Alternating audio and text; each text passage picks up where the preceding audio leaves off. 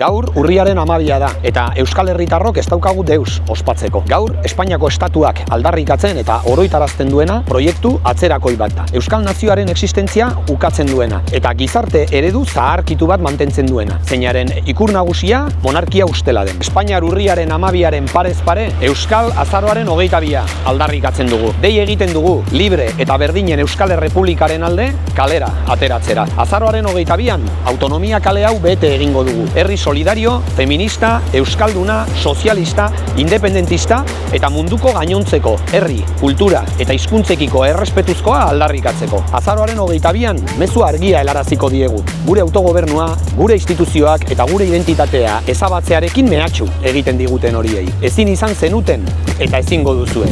Euskal Herria askatasun haizea da eta izango da. Ez da egon, ez dago eta ez da egongo herri hau geldituko duenik.